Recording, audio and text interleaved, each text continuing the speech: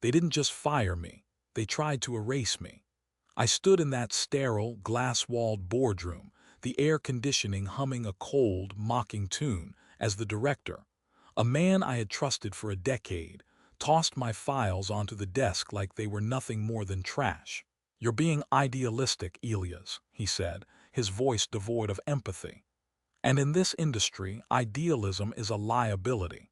You've made yourself a liability." I had found the logs. I had documented the illegal logging operations that the agency was turning a blind eye to.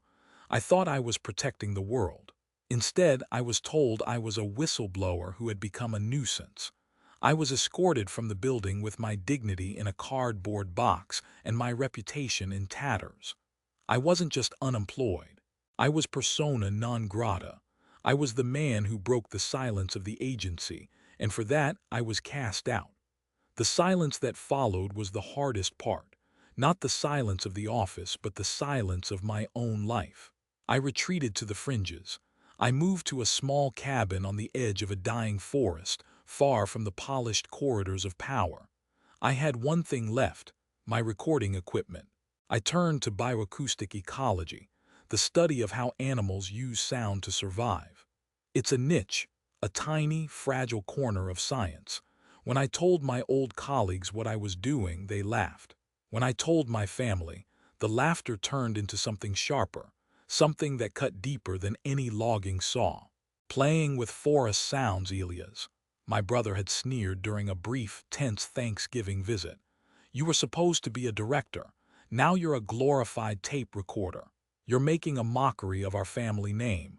"It's not just sounds," I had argued, my voice trembling. "It's the heartbeat of the ecosystem. If the frequency shifts, the forest is dying." But they didn't listen.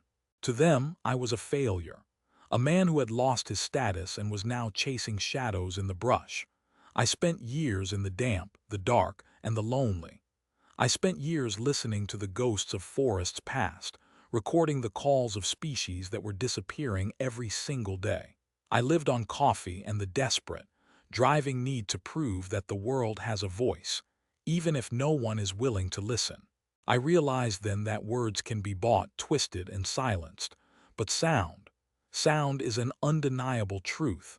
I began to use my recordings for more than just study. I began to use them as evidence. I developed a way to map ecological crimes by the absence of sound, tracking the silent zones, where the rhythm of life had been cut short by illegal activity. I wasn't just listening anymore. I was building a sonic map of justice. The struggle was grueling. There were years when my equipment failed, when my funding dried up, and when the loneliness felt like a physical weight on my chest. But every time I felt like giving up, I would put on my headphones. I would hear a rare bird, a specific frequency of a dying stream, and I would remember, I am the witness. The tide turned when a global conservation NGO discovered my data. They didn't see playing with sounds. They saw a revolution. My bioacoustic maps became the gold standard for verifying habitat restoration and proving illegal deforestation in international courts. I wasn't a whistleblower anymore. I was the voice of the planet. Fast forward 7 years. The invitation to my hometown came not as a request, but as a necessity. A massive land restoration project was being inaugurated, a feat of ecological engineering that had turned a barren, logged-over wasteland back into a thriving sanctuary. And I was the keynote speaker. The gala was held in a grand hall near the edge of the restored valley. I saw them there, standing near the buffet, looking slightly out of place in their formal wear. My brother, my parents, my old colleagues from the agency. They were looking at the digital displays. Massive, high-definition screens showing the real-time bioacoustic data of the valley. They were watching the vibrant, pulsing waves of life that I had helped bring back. I walked up to them, not with the trembling hand of the man they once mocked, but with the steady stride of a man who knows exactly who he is. The silence that fell over them was different this time. It wasn't the silence of dismissal, it was the silence of awe. "The data is incredible," my brother whispered, his eyes fixed on a screen showing the resurgence of an endangered owl species. He looked at me, his expression a mixture of confusion and a dawning, painful realization. They say you're the one who mapped this. They call you the voice of the wild. I looked him in the eye. I didn't feel the old sting of resentment. I felt nothing but a profound, quiet peace. It wasn't about making a name, David.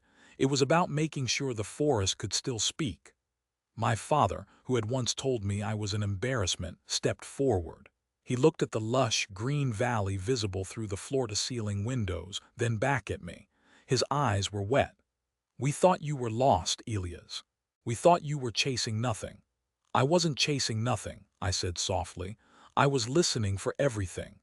The former director of the agency, the man who had cast me out, approached me later that night. He didn't look me in the eye. He spoke of the importance of new methodologies and the necessity of integrating acoustic data. He was trying to save face, trying to pretend he hadn't tried to destroy me. I simply nodded. The truth has a way of echoing, isn't it? I walked out of that hall and into the night.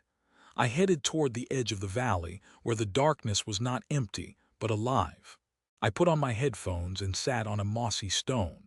As the symphony of the forest swelled in my ears, the rhythmic pulse of life, the beautiful, chaotic, unstoppable sound of a world healing, I realized the greatest lesson of all. When they silence your voice, you don't stop talking. You just find a frequency they can never ignore. I am no longer the man who was ousted. I am the man who listened.